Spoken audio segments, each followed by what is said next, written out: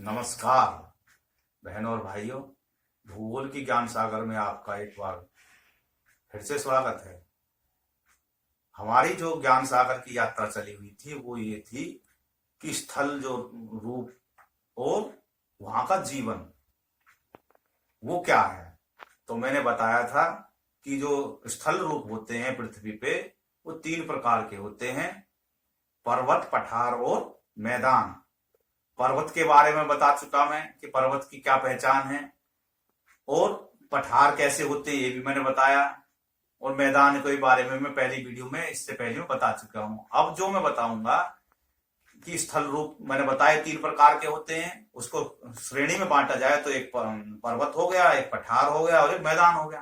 तो पर्वत के बारे में बताते हैं कि पर्वत कैसे होता है, वहां का जीवन कैसा होता है और वे कैसे उपयोगी हैं। तो पर्वत के बारे में बता रहा हूं कि पर्वत का जो शुरुआत करते हैं आधार से। पर्वत का जो आधार होता है वो काफी चौड़ा होता है और वो कई सौ मीटर का भी होता है, कहीं कहीं तो 1 किलोमीटर तक का भी चौड़ा आधार होता है।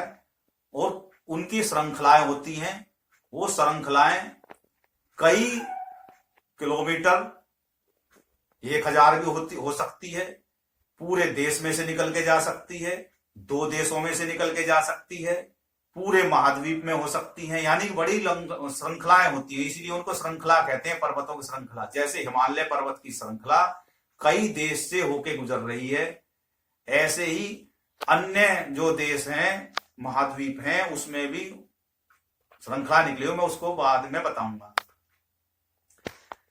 एक होती है पहाड़ी, उनकी भी श्रृंखलाएं होती हैं। पहाड़ी जो होती हैं उनकी जो श्रृंखलाएं होती हैं शिखर से पहचानी जाती हैं।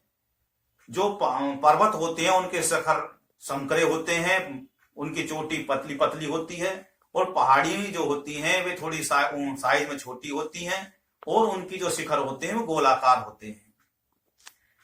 इस तरीके से आप दूर से ही पहचान सकते हैं ये पहाड़ी हैं और वो पर्वत हैं। पर्वत जो होता है उनकी मैंने पहचान बता दी। अब एक होता है वर्षण। वर्षण एक शब्द आता है जो बार बार प्रयोग होता है।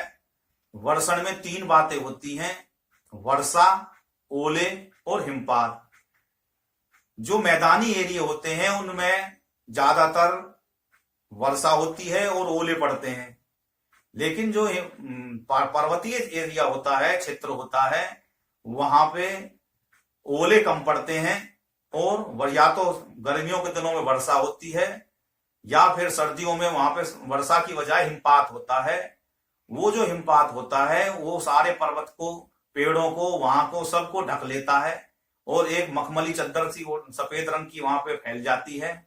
वह स्थल से लेके उनकी शिखर तक फैल जाती है, और जब शरद ऋतु खत्म हो जाती है तो वे ही ग्रीष्म ऋतु में पिघलने लगती है और वे नदियों के पानी का मुख्य स्रोत बन जाती हैं।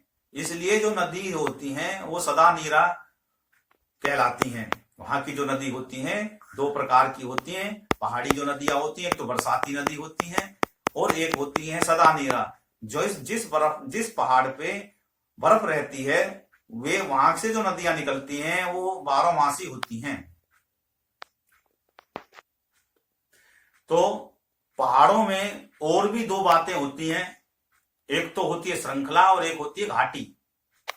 घाटी जो होती है वो पहाड़ों के निचले जो एरिया होता है, 2 पहाड़ों, जब पहाड़ जैसे एक चल रहा है फिर बीच में खाली खाई आ गई, तो जो 2 पहाड़ों के बीच की जो जगह होती है उसको घाटी बोलते हैं। यानी कि इधर भी पहाड़ है और इधर भी पहाड़ है, जो बीच की जो दायरा गलियारा बनता है उसमें घाटी बोलते हैं।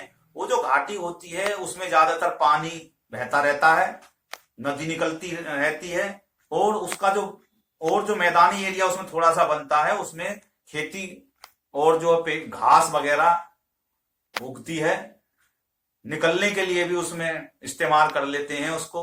तो इस प्रकार से घाटी जो होती है वो उपयोगी होती है।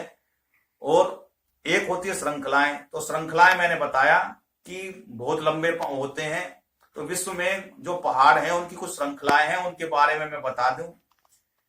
जैसे हिमालय पर्वत है, और वह जो हिमालय पर्वत की श्रृंखलाएं हैं तो उनके जो शिखर हैं, सबसे ऊंचे जो शिखर हैं दो हैं। एक है माउंट एवरेस्ट जो नेपाल और तिब्बत के बीच में है, और दूसरा है कंचनजुंगा जुंगा, वो सिक्किम, भारत में जो सिक्किम राज्य है और नेपाल और सिक्किम के बीच में जो है पड़ता है, भारत में वो आता है। एशिया में तो माउंट एवरेस्ट होगी, हिमालय पर्वत की श्रृंखलाएं जो प्रमुख हैं, और यूरोप में जो है वो आल्प्स पर्वत है, उसकी मोंट ब्लांक जो पश्चिमी यूरोप में है, उसके जो सबसे ऊंचा शिखर है। तो ये जो मैंने बताया आल्प्स जो पर्वत है, इनकी भी श्रृंखलाएं हैं जो यूरोप में हैं। तीसरा, दक्षिणी अमेरिका में एंडीज जो है पर्वत हैं, इनकी सबसे जो ऊंची जो शिखर है वो माउंट एंकोकागुआ है। और एक पूर्वी अफ्रीका में अलग से पर्वत है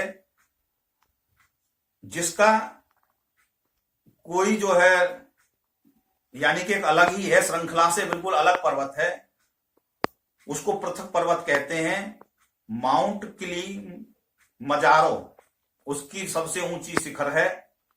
भारत में ऐसे ही अनाई मुंडी पर्वत है, उसका जो शिखर है वो अनाई शिखर के नाम से कहला जाता है, दक्षिण भारत का सबसे ऊंचा पर्वत है वो। इस प्रकार से अफ्रीका में जो वैसे पर्वत जो श्रृंखलाएं होती है वो एटलस पर्वत श्रृंखलाएं हैं। पर्वत की जो चोटी जो होती है, मैंने बताया था, वो बर्फ से ढकी रहती है, नदियां निकलती है वहां से, घाटियां बनती हैं वहां पे। वहां का जो परिवेश जो है वो ज्यादातर ऐसा ही है कि वहां पर वन होते हैं। वन जो होते हैं वो शंकुकार होते हैं, उनकी पत्ती नुकीली होती है, बड़े ऊंचे साइज में होते हैं। और शंकुकार का मतलब है कि इस तरीके से वो नीचे से ऐसे गए और ऊपर जाके पैने हो गए, गोल हो गए। तो जैसे आपने देखा होगा आइसक्रीम का जो कैप होती है जिसमें आइसक्रीम खाते हैं, वो शंकुकार होता है। इस तरीके के वो पेड़ होते हैं, ज्यादातर मुख्य रूप से देवदार के और चीड़ के भी पेड़ होते हैं वहां पे, अन्य भी पेड़ होते हैं। दुनिया भर की जड़ी बूटी होती है।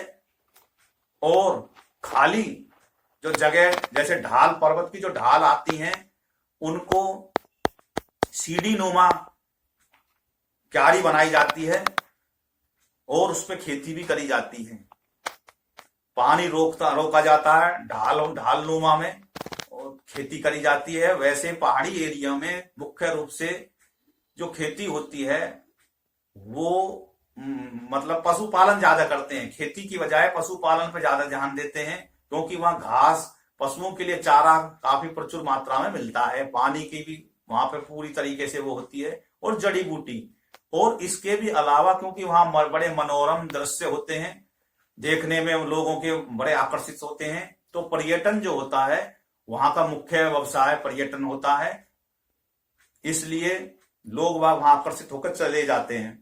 वहां के कुछ वन्य जीव भी होते हैं, पर्वतीय जो जीव होते हैं उनमें मुख्य रूप से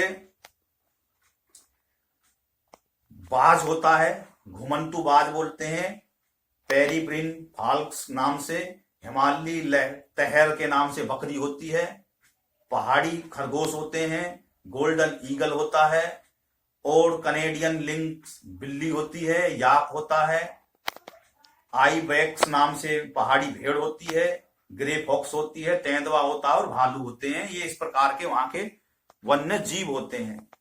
खेती के बारे में मैं बता चुका कि ढालवा जो शिखर होते हैं नीचे आते हैं, वहां जो मैदान बनते हैं, मिट्टी जो वहां पे इकट्ठी हो जाती है, उनमें क्यारी बना के छोटी छोटी सीढ़ी नुमा, जैसे सीढ़ी बनती है, एक सीढ़ी दूसरी सीढ़ी, इस तरीके से खेती क्यारी बना के वहां खेती करते हैं। और तीसरा, वहां पे जो आमदनी का जरिया होता है वो पर्वतारोहण होता है। लोग बाग वहां आके साहसिक कार्य करते हैं। पहाड़ों पे चढ़ते हैं और भी अन्य प्रकार से पंजी जंपिंग करते हैं। दुनिया भर के वहां पे ऐसे अपने साहसिक कार्य के लिए उन्होंने तरह तरह के अपने जो है धंधे जमा रखे हैं, आमदनी के स्रोत होते हैं। बर्फ देखने के लिए लोग बाग आते हैं। इस प्रकार से पहाड़ी प्रदेश में ये सब चीज होता है। लेकिन अब क्या होता है, इसके दुष्परिणाम भी हैं, इसके बारे में थोड़ा बता दूं।